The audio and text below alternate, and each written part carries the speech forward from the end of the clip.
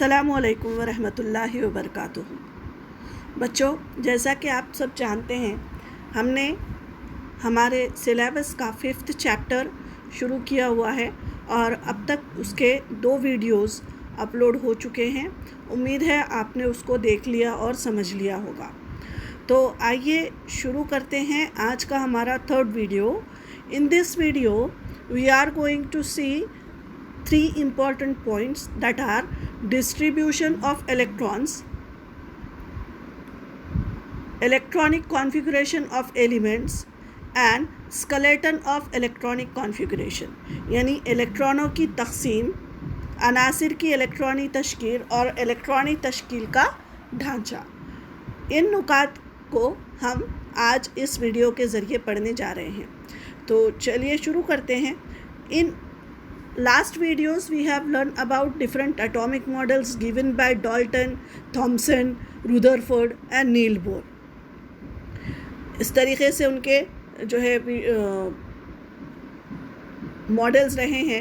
According to Dalton, it is like a solid sphere, and Thomson, according to Thomson, positively charged ions are distributed throughout the atom and negatively charged particles are embedded into it, plum pudding model। and Rutherford ने कहा कि centre में nucleus है और अतराफ में orbit में या खौल में क्या करते हैं, इलेक्ट्रॉन्स गर्दिश करते हैं।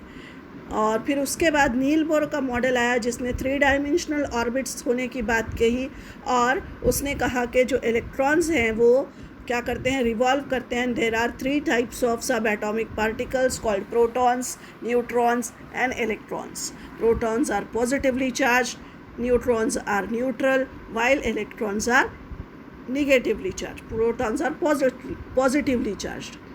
So in this way we have up to now we have seen about the structure, internal structure of the atom। According to Niels Bohr, there is a positively charged nucleus in the center और उसके अतराफ में हम मरकज़, खौल या shell होते हैं जिनको K, L, M और N नाम दिया गया है। 1, 2, 3, 4। जो सबसे करीब होता है मरकज़े के उसको पहला, उसके बाद वाला दूसरा, उसके बाद वाला तीसरा और उसके बाद वाला चौथा, इस तरीके से। और उनको नाम भी दिए गए हैं बिलतरतीब K, L, M और N। और ये भी बताया नील बोर ने कि जो फर्स्ट ऑर्बिट होता है उसके पास सबसे कम एनर्जी, उसमें मौजूद इलेक्ट्रॉन्स के पास सबसे कम एनर्जी या तवानाई होती है। जैसे जैसे वो आगे के खौल में बढ़ता जाता है उसकी तवानाई में इजाफ़ा होता जाता है। एक और चीज़ मैं आपको जो है मैंने आपको बताई थी वो ये कि 2 मेन कैरेक्टरिस्टिक फीचर्स होते हैं हमारे एटम के। वो हैं atomic number and atomic mass number. Atomic number is denoted by A and Z, and atomic mass number is denoted by A and atomic number is denoted by Z। लेकिन इनको अगर हम किसी एक एलिमेंट के एटम को अगर हमको सिंबलाइज करना है, उसको बताना है, टोटल इन्फॉर्मेशन उसकी देनी है, तो हम कैसे देंगे? वो एक पॉइंट था जो मैं कल आपको बताना भूल गई। फॉर एग्जांपल, सपोज़ कोई भी एक एलिमेंट ले लेते हैं, हम लेते हैं कार्बन। तो सबसे पहले क्या करना होता है, आपको उसका सिंबल लिखना होता है। कार्बन की सिंबल या अलामत क्या है, C। और उसके लेफ़्ट हैंड साइड पर नीचे की जानिब आप लिखते हैं A और ऊपर की जानिब लिखते हैं Z। A का क्या मतलब होता है? A का मतलब होता है एटॉमिक मास नंबर। तो कार्बन का एटॉमिक मास नंबर है 12 और एटॉमिक नंबर है 6। तो आप इसको A = 12, Z = 6 ऐसे नहीं लिखेंगे, ये मैंने आपको समझाने के लिए लिखा है। आप लिखेंगे इस तरीके से, C, यहाँ पर नीचे लिखेंगे 12 और ऊपर लिखेंगे 6। हाँ, इस तरह हम किसी भी एलिमेंट का जब ज़ाब्ता या उसकी जो अलामत है उसको ज़ाहिर करते हैं सिंबॉलिक तौर पर। For example, if it is H then you have to write 1, 1। तो इससे पता चल जाएगा कि हाइड्रोजन जो है उसके पास प्रोटॉन 1 है और जो है न्यूट्रॉन भी एक है, यानी उसका एटॉमिक नंबर भी एक है और एटॉमिक मास नंबर भी एक है। ऐसे ही आप कई एलिमेंट्स, जितने भी एलिमेंट्स हैं उनको सिम्बॉलिकली रिप्रेजेंट कर सकते हैं इस तरीके से। For example if I ask you to symbolize sodium, तो सोडियम का एटॉमिक नंबर है 20, एटॉमिक मास नंबर है 23 एंड एटॉमिक नंबर है 11, तो उसको आप इस तरीके से लिखेंगे। तो ये हो गया अलामत से किसी भी एलिमेंट को ज़ाहिर करने का तरीक़ा। नाउ अब हम आगे बढ़ते हैं आगे की तरफ। अब हम देखेंगे डिस्ट्रीब्यूशन ऑफ इलेक्ट्रॉन्स। अब हम देखेंगे कि अलग अलग जो ऑर्बिट्स हैं के, एल, एम और एन, उसमें इलेक्ट्रॉनों की तकसीम कैसे होती है, how electrons are distributed. As per Bohr's atomic model, electrons revolve in stable shells, these shells have definite energy. जैसा कि नील बोर ने बताया कि जौहर की साख्त के मुताबिक इलेक्ट्रॉन जो है मुस्तकिल खौल में गर्दिश करते हैं अतराफ़ में, मरकज़े के अतराफ़ में, और हर खौल की एक मखसूस तवानाई होती है। The shell nearest to the nucleus is called the first shell. जैसा कि मैंने अभी आपको बताया, मरकज़े से जो सबसे करीब वाला खौल है वो पहला खौल या फर्स्ट शेल कहलाएगा। The next shell is called the second one. इस तरीके से हम कह सकते हैं फर्स्ट, सेकेंड, थर्ड, फोर्थ, या K, L, M, N. A symbol n is used for the ordinal number of a shell, यानी किसी भी शेल को नंबर देने के लिए, यानी 1, 2, 3, 4 उसके ऑर्डर में एक के बाद एक, तो उसके नंबर को ज़ाहिर करते हैं अलामत एन से। किससे ज़ाहिर करते हैं? स्मॉल एन से। The shell are referred to by the symbol KLMN corresponding to the ordinal number n is equal to 1, 2, 3, 4। यानी अगर k है तो उसका नंबर क्या होगा? 1। l है तो उसका n is equal to 2। If m shell is there then n is equal to 3। If n shell is there the n is equal to 4। इस तरीके से हम n को ज़ाहिर करेंगे। Now the main question or the main point is how many number of electrons can a shell be accommodate। किसी भी shell के अंदर ज़्यादा से ज़्यादा कितने इलेक्ट्रॉन्स रह सकते हैं, ये सबसे मेन सवाल है। उसका जवाब है ये, the maximum number of electrons a shell can contain is obtained by the formula 2n²। एक ज़ाब्ता दिया हुआ है 2n की दूसरी। यहाँ पर n क्या है बताया मैंने आपको? द नंबर ऑफ शेल, कौन सा खौल है, खौल का नंबर कौन सा है। अगर k है तो यहाँ पर n की जगह 1 होगा, l है तो n की जगह 2 होगा। समझ में आ रही है बात? 2n²। इस तरीके से इस फॉर्मूले में अगर आप खौल का नंबर n की जगह रखेंगे तो आपको कौन से खौल में कितने इलेक्ट्रॉन्स आ सकते हैं उसकी तादाद मिल जाएगी। As the magnitude n increases the energy of an electron in that shell increases. जैसे जैसे n की कीमत में इजाफा होता है उस खौल में इलेक्ट्रॉनों की तवानाई में भी इजाफा होता है। तो आपकी किताब में एक जदवल या टेबल दिया हुआ है, कंप्लीट द टेबल। यहाँ पर मैंने उसको कंप्लीट करके आपके सामने पेश किया है। तो पहले जो उसका कॉलम है उसमें दिया हुआ है सिंबल, यानी अलामत। किसकी अलामत है? या खौल की अलामत है, के, एल, एम और एन। जहाँ पर के का एन नंबर कौन सा है? K is equal to 1, l is equal to 2, m is equal to 3 and n is equal to 4। अब फॉर्मूला क्या है हमारे पास? 2n²। l के लिए हम, k के लिए हम क्या करेंगे? 2 × 1 whole square is equal to 2, यानी 1 का होल स्क्वायर 1 ही होगा, उसका मुरब्बा 1 ही होगा, तो 1 ज़रब 2 यानी 2। अगर l k के बाद l खौल अगर है तो उसका n क्या है? 2 है, तो 2 ज़रब 2 की दूसरी, 2 का मुरब्बा यानी 4। The whole square of 2 is 4 and 4 × 2 is 8। 2 × 3² यानी 2 ज़रब 3 की दूसरी, 3 का मुरब्बा है 9, 9 ज़रब 2 यानी 9 दूनी 18, और 4 का मुरब्बा है 16 और 16 दूनी 32। तो ये हमको हमारे पास क्या 2, 8, 18, 32 क्या आ गए? ये आ गए हैं number of electrons possessed by a shell. किसी भी शेल में ज़्यादा से ज़्यादा कितने इलेक्ट्रॉन्स हो सकते हैं उसकी तादाद हमने मालूम कर ली है उस फॉर्मूले के ज़रिए।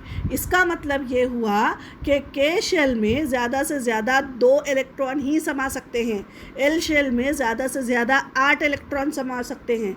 एम शेल में ज़्यादा से ज़्यादा 18 और एन शेल में ज़्यादा से ज़्यादा 32। तो 2, 8, 18, 32 ये नंबर आप याद रख लीजिए। अगर याद नहीं भी रहता है तो 2n², इससे आप ये जो है तादाद मालूम कर सकते हैं। नाउ ये आपको अगर पता चल गया है किस तरीके से मालूम करते हैं, तो आइए आगे बढ़ते हैं। और एक मेन पॉइंट है, ये आपको जानना ज़रूरी है, that is electronic configuration of element, अनासिर की इलेक्ट्रॉनिक तश्कील। अब इलेक्ट्रॉनिक तश्कील क्या है? We have seen that 2, 8, 18, 32 electrons can be accommodated in shells K, L, M, N respectively. अभी हमने देखा कि K, L, M, N खौल में ज़्यादा से ज़्यादा बिल तरतीब 2, 8, 18 और 32 इलेक्ट्रॉन समा सकते हैं। This is the maximum capacity of the shell, और यही खौल की ज़्यादा से ज़्यादा गुंजाइश है। जैसे कि 2 व्हीलर गाड़ी पे ज़्यादा से ज़्यादा 2 ही लोग बैठ सकते हैं, 4 व्हीलर में 4, है ना। और जैसे जैसे पहियों की तादाद या गाड़ी की साइज़ बढ़ती जाएगी, उसमें लोग ज़्यादा से ज़्यादा समा सकते हैं। तो वैसे ही यहाँ पर जैसे जैसे खौल का साइज़ बढ़ता जाएगा, इलेक्ट्रॉन ज़्यादा समाने की गुंजाइश भी बढ़ती जाएगी। लेकिन यहाँ पर आप जो है इलेक्ट्रॉन्स को ज़बरदस्ती उसमें नहीं डाल सकते, उनकी कैपेसिटी से बढ़कर नहीं डाल सकते। So the electrons in an atom are distributed in the shell according to their maximum capacity. इसीलिए क्योंकि आप उसको में ज़बरदस्ती दूसरे इलेक्ट्रॉन्स नहीं डाल सकते, यहाँ पर उनकी मैक्सिमम कैपेसिटी के हिसाब से ही इलेक्ट्रॉनों को उनमें डालना या उनमें समाने की या तकसीम होने की गुंजाइश होती है। The shell wise distribution of the electron in an atom of an element is called the electronic configuration of that element. यानी किसी भी अंसर के जौहर में इलेक्ट्रॉन के खौल के मुताबिक तरतीब देने को ही अनासिर की इलेक्ट्रॉनिक तश्कील कहते हैं। ये जो हम डिस्ट्रीब्यूशन कर रहे हैं सेल वाइज, पहले में 2, दूसरे में 8, तीसरे में 18 और चौथे में 32, किसी भी आंसर के जरिए मैं आपको आगे एक चार्ट के थ्रू समझाऊंगी जो कि आप और अच्छे से समझ जाएंगे। तो वैसे अगर हम करते हैं तो ज़्यादा से ज़्यादा इलेक्ट्रॉन्स जिसमें जितने समा सकते हैं उतने इलेक्ट्रॉन्स हम उसमें भरते हैं, और इसी अमल को इलेक्ट्रॉनिक कॉन्फ़िगरेशन कहते हैं। Electron get a place in the shell in accordance with the maximum capacity of the electron shell in an atom and the increasing order of the energy.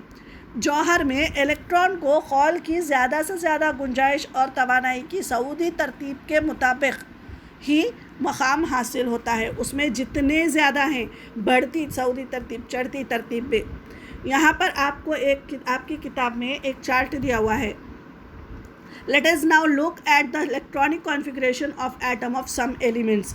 चंद अनासिर के जौहरों के नाम और उनकी अलामतें और उनके पास मौजूद एटम यानी जौहरों की तादाद दी हुई है। उस हिसाब से आपको पता है किस खौल में ज़्यादा से ज़्यादा कितने इलेक्ट्रॉन समा सकते हैं, उस हिसाब से आपको उनमें इलेक्ट्रॉनों की तकसीम करनी है, और फिर उसके बाद आपको इलेक्ट्रॉनिक तश्कील किस तरह होती है वो पता चल जाएगा। यहाँ पर हम देखते हैं, सबसे पहले आपको दिया हुआ है हाइड्रोजन।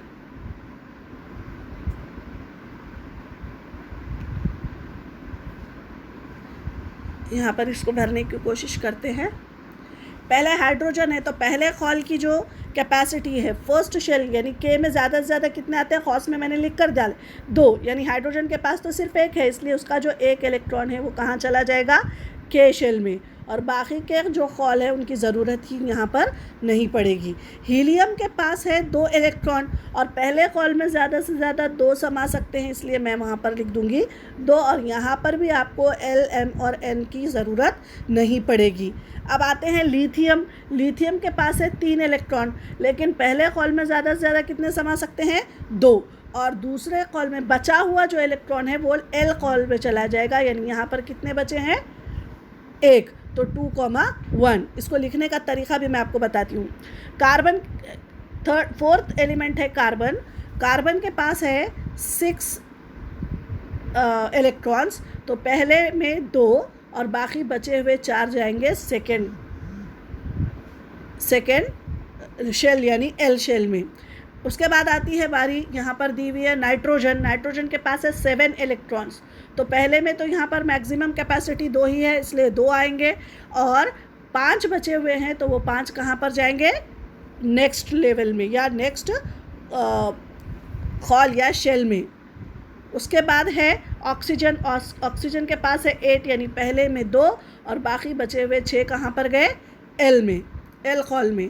उसके बाद बारी आती है एफ की, फ्लोरीन की। फ्लोरीन के पास है 9, यानी 2 और 7।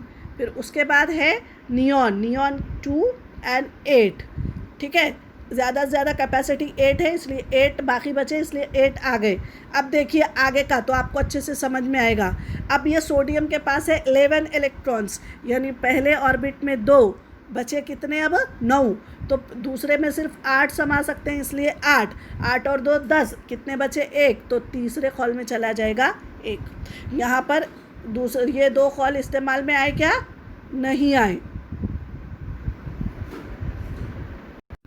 तो इस तरह। अब उसके बाद है मैग्नीशियम। आप मैग्नीशियम में देखेंगे नंबर ऑफ इलेक्ट्रॉन्स आर 12, यानी पहले ऑर्बिट में 2 बचे हुए 8, यहाँ 8 और 2 हो गए 10, 10 के बाद अभी और 2 बचे हैं तो 2 जाएगा एम में। यहाँ पर एन हॉल की ज़रूरत नहीं पड़ेगी। इस तरीके से आप आगे भरते जाएंगे। एल्यूमिनियम है 13, तो यहाँ पर आएगा 13, यानी यहाँ पर आएगा 2, 8 और 3। अरे क्लोरीन में आएगा 2, 8, 7, यहाँ पर इनकी ज़रूरत नहीं पड़ेगी। और आर्गॉन में आएगा 2, 8 और 8, यहाँ पर भी ज़रूरत नहीं पड़ेगी। यहाँ पर एम हॉल में 18 आ सकते हैं, लेकिन 8 भी आ गए तो उसको कंप्लीट माना जाएगा। सेकेंड, थर्ड और फोर्थ ऑर्बिट के लिए 8 इलेक्ट्रॉन्स होना, कम से कम ऑक्टेट कंप्लीट करने के लिए मुकम्मल होना ज़रूरी माना जाता है। पहले में तो मैक्सिमम कैपेसिटी 2 ही है, that means K shell can accommodate only 8 electrons. Now you can observe in case of bromine. Let's see, bromine has 35 electrons, 35 electrons, 2, 8। अब m की कैपेसिटी कितनी है, 18। अगर मैं यहाँ 18 लिख दूँ, 18 + 8 कितने हो गए, 26, 26 + 2 28, बाकी बचे कितने, 7। तो बाकी बचे 7 कहाँ जाएंगे, यहाँ पर चारों भी जो आपके शेल्स हैं वो यूज़ हो रहे हैं, 2, 8, 18, 7। तो इस तरीके से हम यहाँ पर डिस्ट्रीब्यूशन ऑफ इलेक्ट्रॉन करते हैं। जितने टोटल नंबर ऑफ इलेक्ट्रॉन्स हैं उनको हमने क्या किया, शेल वाइज डिस्ट्रीब्यूट किया है। अब उसको लिखने का तरीक़ा जान लेते हैं। लिखने का तरीक़ा ऐसे है कि जिसके पास ऑर्बिट वाइज आपको लिखना पड़ेगा, 1 है तो आप 1 ही लिखेंगे, 2 है तो 2 लिखेंगे। अब यहाँ से देखिए लिखने का तरीक़ा चेंज हो रहा है, 2, 1। उसके बाद आएगा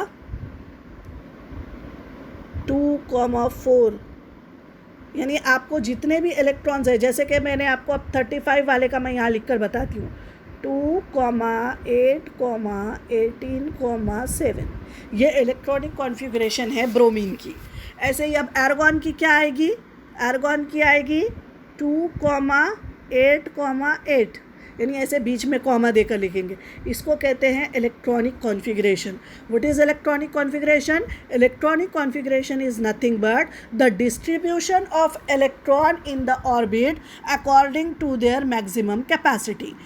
किसी भी कॉल की ज़्यादा से ज़्यादा इलेक्ट्रॉन समाने की सलाहियत के मुताबिक हम उनके जौहर में मौजूद इलेक्ट्रॉनों को अगर तकसीम करते हैं तो उसको हम क्या कहेंगे, उसको हम कहेंगे इलेक्ट्रॉनिक तश्कील या इलेक्ट्रॉनिक कॉन्फ़िगरेशन। इलेक्ट्रॉनिक कॉन्फ़िगरेशन लिखने का तरीक़ा जैसा कि मैंने आपको बताया कि the electronic configuration in the numerical form, 2 तरीक़े हैं। एक है न्यूमेरिकल फॉर्म और एक है उसका खाका यानी स्केलेटन फॉर्म। तो हम पहले देखेंगे न्यूमेरिकल फॉर्म। न्यूमेरिकल फॉर्म में लिखते हैं अभी जैसा मैंने बताया कॉमा देके, जैसे कि सोडियम, हम यहाँ पर एग्जांपल ले रहे हैं सोडियम की। Sodium has atomic number 11, that means it can be written as 2, 8, 1, 2, 8, 1, 2, 8, 1। समझ में, यानी K खौल में 2, L खौल में 8 और M खौल में 1, इस तरीके से डिस्ट्रीब्यूशन होता है। इसको कहते हैं न्यूमेरिकल या अददों की शक्ल में या ताअद्दुदी शक्ल में लिखना। एक और तरीका है उसका, वो है electronic configuration of atom can also be represented by shell diagram as in follows. Skeleton की शक्ल में, ढांचे की शक्ल में आपको बताया जाता है। जैसे आपको यहाँ पर हाइड्रोजन नज़र आ रहा है, हाइड्रोजन जो है इसके यहाँ पर हमने सेंटर में ये उसका न्यूक्लियस है, ये न्यूक्लियस, और ये है ऑर्बिट। क्योंकि इसमें हमने अभी देखे हाइड्रोजन के पास एक ही इलेक्ट्रॉन है, इसलिए पहले ही ऑर्बिट में वो अकोमोडेट हो जाएगा। इसलिए हम यहाँ पर 2-3 ऑर्बिट्स बनाएंगे क्या, नहीं, जितने ऑर्बिट हैं उसके पास उतने ही, यानी एक ऑर्बिट है तो एक बनाएंगे। इससे जाहिर हो जाएगा कि hydrogen has only 1 electron and it's electronic configuration is 1। समझ में आई बात। अब हम आगे बढ़ते हैं। यहाँ पर है हीलियम और प्रोटॉन और न्यूट्रॉन पाए जाते हैं मरकज़े के अंदर और अतराफ़ में इलेक्ट्रॉन। तो यहाँ पर इसका एटॉमिक नंबर है 2, इलेक्ट्रॉनिक कॉन्फ़िगरेशन भी है 2, यानी इसके पहले ऑर्बिट में पहला ही ऑर्बिट इसके पास भी होगा और इसके पास 2 इलेक्ट्रॉन होंगे। इस तरीके से हम जाहिर कर सकते हैं। यहाँ पर लिथियम है, लिथियम में 2,3, इसके पास 2 शेल्स हैं, K और L शेल, तो K शेल में 2, L शेल में 1। यहाँ पर सोडियम है, सोडियम 2,8,3, यानी उसके पास 3 है, K, L और M, तो K में 2, L में 8 और M में 1 इलेक्ट्रॉन। यहाँ पर नियॉन है, नियॉन के पास 10 इलेक्ट्रॉन्स हैं, यानी 2,8, तो उसके पास है 2 शेल्स, तो इस तरीके से उसको हम जाहिर करेंगे। कार्बन के पास भी है 2 शेल, पहले शेल में 2 और दूसरे शेल में 4 इलेक्ट्रॉन। तो इस तरीके से अलग अलग एलिमेंट के एटॉमिक नंबर यानी उसके पास मौजूद इलेक्ट्रॉन की तादाद अगर हमको मालूम है तो हम उनके जो है इलेक्ट्रॉनिक तश्कील पता कर सकते हैं। इस तरीके से आप इलेक्ट्रॉनिक तश्कील लिख सकते हैं। तो आज हमने 2 अहम बातें जानी कि किस तरीके से खौल में ज़्यादा से ज़्यादा गुंजाइश कितनी है उसके बारे में हमने मालूमात हासिल की, और उसके बाद इलेक्ट्रॉनिक तश्कील किसे कहते हैं और इलेक्ट्रॉनिक तश्कील को कैसे ज़ाहिर किया जाता है ये भी हमने देखा। ये जो बातें हैं ये इल्म कीमिया में बहुत अहमियत के हामिल हैं। ये आगे जब आप केमिकल रिएक्शंस या बड़ी बड़ी केमिस्ट्री पढ़ेंगे तब ये आपको बहुत ज़्यादा काम आने वाले हैं। तो ये बेसिक कॉन्सेप्ट है, इनको आपको समझना बहुत ज़्यादा ज़रूरी है। तो आज का लेक्चर यहीं ख़त्म होता है। इंशाल्लाह नेक्स्ट लेक्चर लेकर फिर आपके पास हाजिर होंगे। तब तक के लिए अल्लाह हाफ़िज़।